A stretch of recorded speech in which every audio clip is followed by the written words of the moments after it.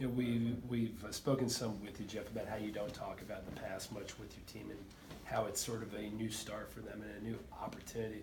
I was curious for you from a coaching standpoint, back to being a head coach, how much you sort of view this upcoming season for you as sort of a fresh, or as, I guess, sort of a new start? Well, it definitely is new. It's a completely new situation, and it's a tremendous opportunity. And I'm excited. I'm excited for all the things that I've been through in the past, good, bad. I'm a guy that believes every experience is a learning experience. It's just how do you use it and how do you apply it. And I'm grateful for everything that's happened in my coaching career because I think it's all prepared me for this moment. And I'm grateful for the opportunity here, and I'm grateful to have an opportunity to lead my own program again, and to see what we can do here and to build something special.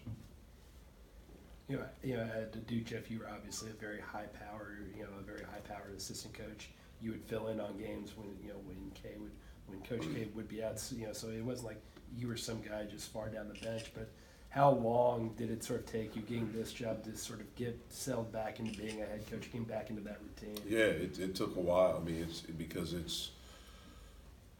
had been 7 years since I was in that spot where you're running a program. Even though the past 3 years at Duke, at some point I coached at least one game in each of the last 3 seasons. I still wasn't making the day-to-day decisions, and that's the part where you kind of remember, like it's a very daunting task, and it's a lot because the coaching part is probably the least amount of what you do. It's stuff within the program, and especially as you're trying to get one going again and to build excitement. And so, it was an adjustment. I'm glad we had the exhibition game and the scrimmage game, and excited about going forward. Was one of those things putting together this schedule, and I guess what were you kind of looking? What kind of teams were you looking to play in these, especially these first few games? Yeah, well, some of it, was scheduled I inherited, and so some of these games are games that were already on the schedule, and the ones that we had to get, we wanted to be very cognizant about getting good opponents for us, and then getting us in a position to help prepare us for conference play. And I think we've accomplished that with the schedule. We're excited about it. Once we get started tomorrow, it goes quick. They come up fast. And as a player, you like that. As a coach, you probably want a little bit more practice on. But I know we're anxious to play. Jeff, when you play a team like Youngstown State, I mean, these are kids that, they probably have a chip on their shoulder because they weren't recruited to play at a Power 5 school. Do you have to talk with your guys about that at all? Like, this is a huge game for them, or the whole season for you guys still kind of getting used to things? I haven't, because it should be a huge game for us, and if it's not, then we have bigger issues. I know what those kids and the coaching staff at Youngstown State are feeling. I coached at a mid-major conference, and when we played against a Power 5 team, we had a chip on our shoulder. We were trying to build something there when I was at VCU. And so I understand that. I totally understand the question, but for anyone involved in our program, if we have to try to figure out ways to motivate, then that's an issue. We should have motivation on our own. I told our guys it's the biggest game because we're playing, and that's the mindset that we have to have. Every game's a huge game and a big deal because we're playing. Anything you have your name associated with, it should be a big deal, and you should want it to be at its best. And if you don't, then you shouldn't have your name associated with it. And so that's been my message. That's been our message, and I think they get the picture. Is 6 games in 16 days also a daunting task for your guys? It is, but you know what? When we get to the ACC, they come fast, and so it's as players you want to play, and this is the schedule that we have, and we'll be prepared for each one of them. Talked after Thursday's game about some of the good things you saw from your team, but after having a chance to review it, look at film, what were some of the things that really jumped out you wanted to see improved for this one? Free throw shooting is one. That's a big one. You know, our decision making when we have some success. You know, I thought in that game we did some good things, but then we let down a little bit, and I don't want to do that. You know, we have to learn how to fight for 40 minutes and to understand the value of each possession. We have to do a better job of communicating with each other. Our talk has to be at a much higher level. Talk is the thing that unites a team. And when we did that, we were good. When we didn't, we weren't so good. And so that has to become a habit where we do that consistently for a 40-minute period every possession. You know, in that UPJ game, I think 10 guys got in the first half. I mean, when you're, you know, kind of getting in the role of the season, how many guys do you plan on playing? What's the rotation going to look like? I don't know. I don't know what it's going to look like. I don't know, you know, kind of, I don't have set in my head, we're going to play 10, we're going to play 8, we're going to play 7, 9. I don't have that. You know, practice determines that for me. And so we'll figure that out on a game-by-game basis. You were talking about some of those free throw woes there, Jeff. You know, you were pretty, you know, you were pretty decent shooters and player. I saw that you shot about 75% as a junior. Do you have any tips or any drills that you turn, or that you sort of try to have guys work on, or do you just sort of take that as maybe, you know, take that game with a little bit of a grain of salt and see it as just maybe just a bad night? Yeah, you know, I think you have to concentrate more. You know, I wasn't a great free throw shooter, not as good as I should have been. And, you know, a big part of that, I think, is, for me, was concentration. You know, you're up there, you have a lot of time in the game, you don't really have that.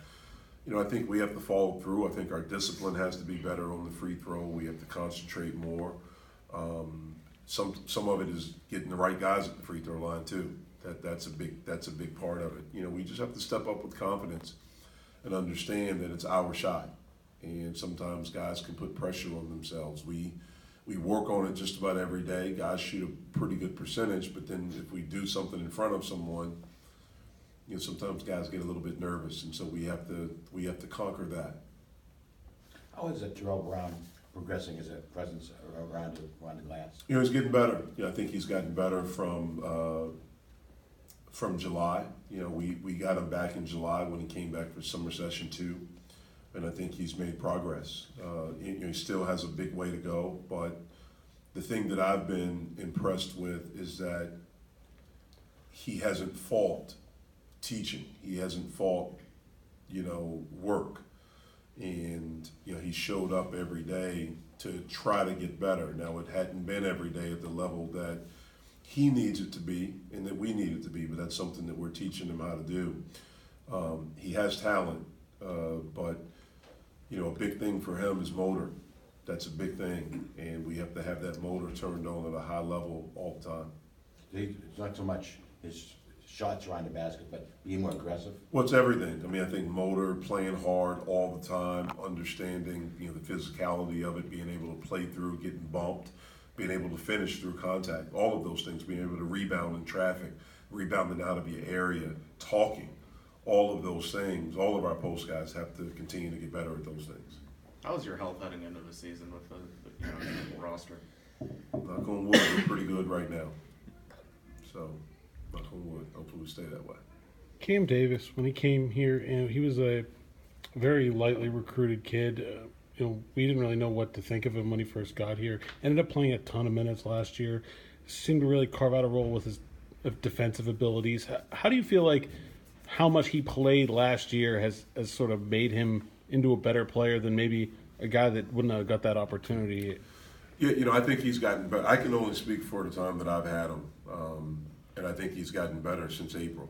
You know, he's been a guy that's embraced work. You know, he's a kid that competes.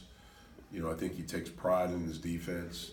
You know, we want him to continue to be a confident offensive player, and then to understand who he is, to do the things that he does, and to do those things at a high level, and not try to deviate from those things. And I think when he does that, you know, he can be a really good basketball player. You know, we had talked some, Jeff, about guys moving on from last season. How much is having new guys in prominent roles like X and Trey and City, How much has that helped in trying to reach the larger goal, having these guys who even if it's unspoken, don't carry some of those memories? Yeah, well, I think the main thing that it helps is that they're good players.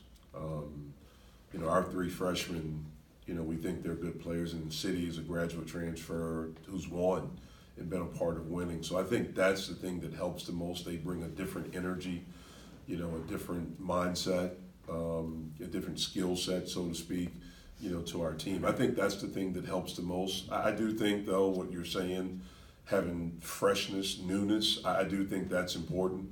But we have to understand that that's not going to be, just because we have that, even our staff, that's going to equate to winning. Like, we have to beat people, and we have to do that. It's not going to happen because we've had some cool videos on social media or, you know, some cool stuff happen. Like, at the end of the day, you got to lace them up and you have to beat somebody. And, you know, tomorrow starts the real thing with that. And that has to be our mindset. And we have to be hungry. You know, we have to be hungry every time we step on the court, you know, for us to perform at a very high level. From what you've learned from these guys in the past several months, do you expect them to be a hungry team? Yeah, I did. Mm-hmm. What has made you think that way? I think just the way we've practiced, you know, the energy that we've had, the camaraderie that we've had. I think those things. You've got the early signing period coming up here, and some head coaches don't go on the road at all at this time of year. It seems like you've still been pretty active, at least up until this point. How have you kind of gone about managing the time and sleeping occasionally in between practice and recruiting trips? Yeah, well, fortunately for us, we practice early, and that gives us an opportunity, you know, to get out when those opportunities present themselves and to recruit. You know, recruiting is the lifeblood of a program, and I'm incredibly grateful for the resources that have been provided, you know, to me and my staff to allow us to get out and get to some of these places.